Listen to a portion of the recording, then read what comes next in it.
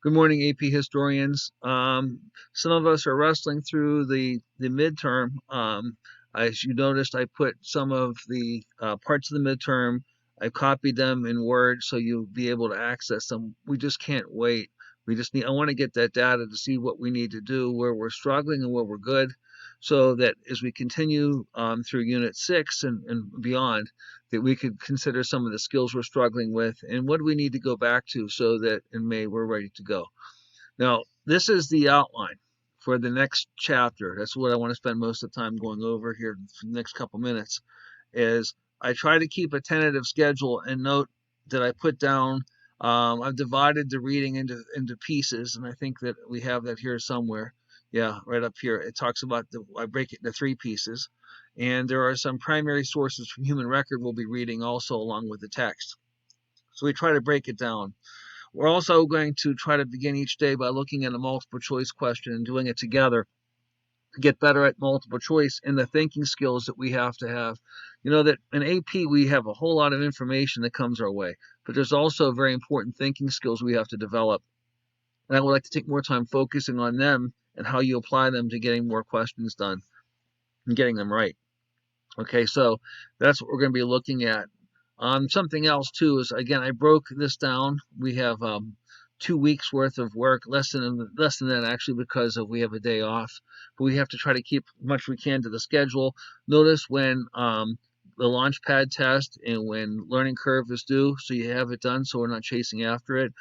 The reading assignments, please make sure they're done on time. And something I've added is I want to make sure we're reading deep, and I want to make sure that we don't move on beyond a reading assignment if we don't understand it.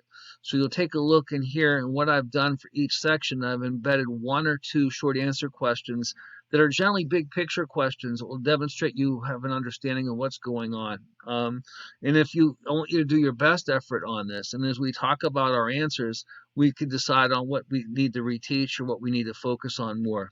So you notice that the SAQs for part 1, there's actually 2 of them listed here.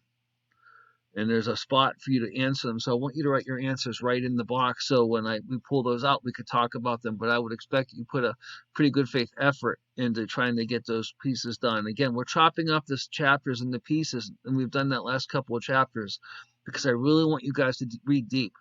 As you look at the outline, because the outline follows the text, each section, highlight or circle areas you think we need to go over, things that didn't make much sense to you, because it doesn't make sense for me to entirely reread the chapter, go over it if you got it. But if there's places that you read it and then you reread it and said, this doesn't make any sense, what's the big picture here? How does this connect? If it just seems like a bunch of isolated blah, blah, blah, please put us and highlight it so that when we come into class, you could say, let's talk about this and we'll discuss some of those things in class. Okay, that will kind of save us some time and maybe save you some frustration. Notice that there's a document-based, a short answer question for set 2, which is only, I guess there's only 1 for that.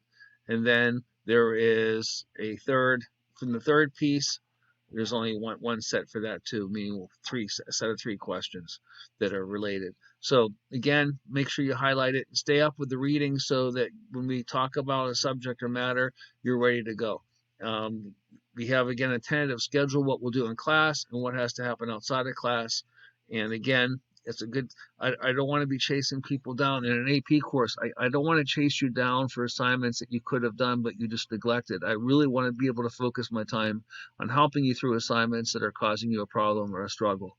So we'll keep at this. All right, folks, and continue to email me if you have any questions or any problems. And we know we have Lunch Plus and Win Time, which is relatively new ideas that you could be able to access me if you need any extra help. And I'm always willing to stay after school if you're having some trouble, but I want to stay on top of this. All right, folks, hope you guys have a productive day today. And again, email me if you have any questions, even if you